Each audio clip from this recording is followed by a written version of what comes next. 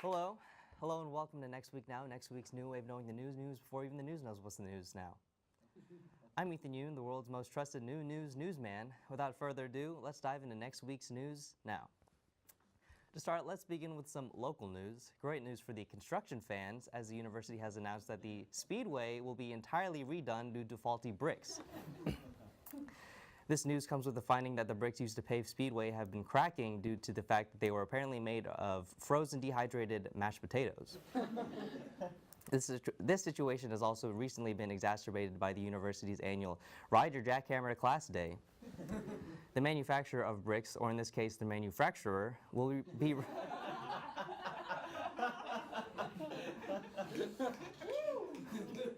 be replacing the bricks at no cost to the university, so Greg Fenves can sleep easily knowing that the money accumulated from $20 transcripts, which is kept in a giant shoebox at the top of the UC Tower, can continue to be spent on canoes.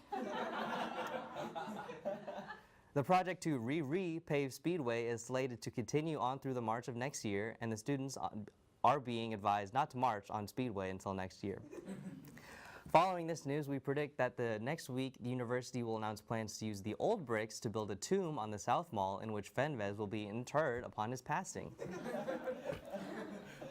The tomb will take the form of a miniature replica of Jester Hall, complete with a fully functional Wendy's restaurant inside. 5 hand-selected Wendy's employees will have the honor of being sealed alive inside the tomb, along with Fenves, so that they may continue to serve the university president delicious baconators in the afterlife.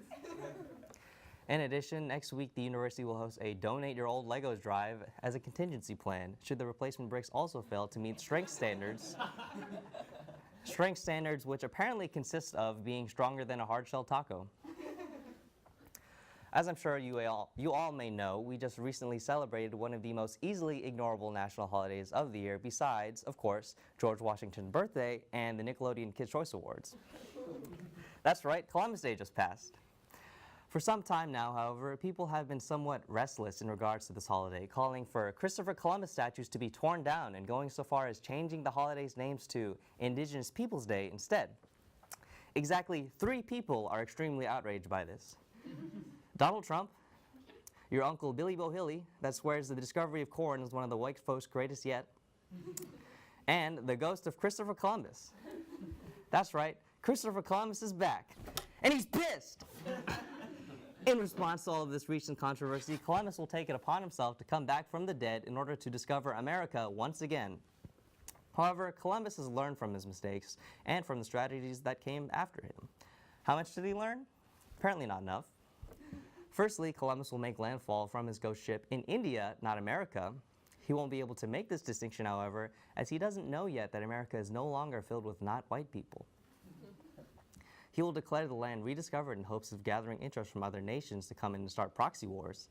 But little does he know that India has actually been preparing for this day since they saw what happened to America.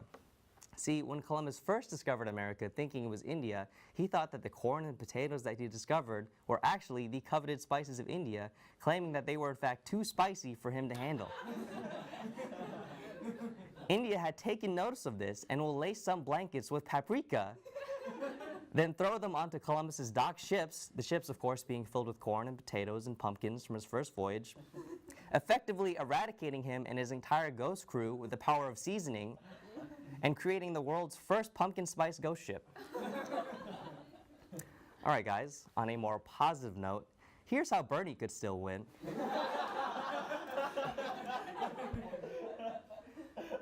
Now, if we assume that Russia interfered with the voting tallies as fake news network CNN would have us believe, then this 2016 election would be nullified. This would call for a revote. However, it would be between Hillary Clinton and Donald Trump. If you think that there's a problem with that, you're right. I don't want a Facebook BuzzFeed quiz reposter. I want a true dank meme connoisseur. And I believe Bernie is this connoisseur. He should be running against the tortellini stealer in this revote. Now, how could Bernie secure his place in the general election over Hillary? Listen closely, because the answer is tricky. Sanders would need to call upon the 26th Amendment. This amendment, ratified in 1971, states that the right of the citizens of the United States who are 18 years of age or older to vote shall not be denied or abridged by the United States or by any state on account of age. Hillary violated this amendment in the 2016 primary by denying the right of the millennial age group to vote for her. That's right, it's a known fact that when Hillary Clinton stumbled over trivial memes like Pokemon Go and dabbing, half of millennial voters physically became unable to vote for her. In a 2016 polling interview, a clearly distraught millennial near a voting booth stated that he really wanted to vote for Clinton, but something deep inside him forced him to abandon the process. This is a clear violation of the 26th Amendment. So, in order to properly remove Hillary from the revote, he would have to impeach her in the Senate, building a case against her with the foundation being the 26th Amendment. It sounds crazy, but it just might work. Crazier things have happened in 2017. For example, just this morning I met a couple whose dog was transgender. If that level of social progress is prevalent in 2017, then I'm sure we can get Bernie into the White House. Tune in next week for another installment of How Bernie Could Still Win. Now, moving on, food trucks. What are they? We sent correspondents Nick and Abby to find out.